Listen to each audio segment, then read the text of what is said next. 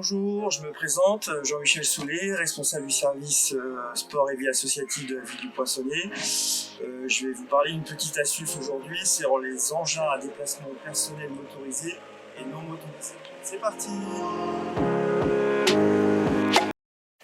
Alors, il existe deux types d'engins, les engins à déplacement personnel et les engins à déplacement personnel motorisés. Parmi les engins à déplacement personnel motorisés, vous avez les skateboards, les monoroues, les overboards et notamment les trottinettes électriques motorisées. Alors, petit point réglementaire, il est obligatoire de porter un casque pour les enfants de moins de 12 ans pour les vélos, que ce soit en tant que conducteur ou en tant que passager. Ensuite, pensez à bien vérifier le système de freinage, que les freins avant et arrière soient efficients, que les pneus soient bien gonflés, qu'il y ait une présence d'un éclairage avant et un éclairage arrière, ce qui n'est pas le cas sur ce vélo.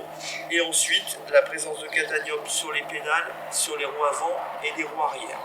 Ensuite, il y a des recommandations qui sont préconisées, notamment au niveau du port de casque pour les adolescents et les adultes, qui est quand même vivement conseillé afin d'éviter tout risque d'accident et notamment au niveau des traumatismes crâniens. Alors, pour ce qui concerne les engins à déplacement personnel motorisés, il faut savoir qu'il y a quand même une certaine réglementation à respecter, notamment pour les enfants qui utilisent les trottinettes motorisées, il faut avoir minimum 12 ans.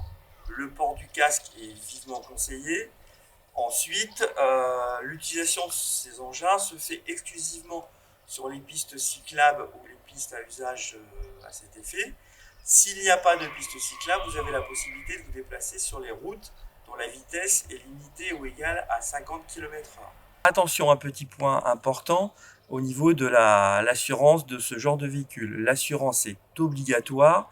À minima, il faut une assurance responsabilité civile, c'est-à-dire que vous êtes assuré pour les dommages causés à autrui, ce qui est obligatoire et beaucoup de personnes ne le savent pas. Donc, c'est passible d'une amende. Pour finir mon propos, je vous invite vivement à utiliser ce genre d'appareil pour se déplacer. Premièrement, c'est bon pour la santé et c'est bon pour la planète. Merci de votre écoute et à bientôt pour de nouvelles astuces.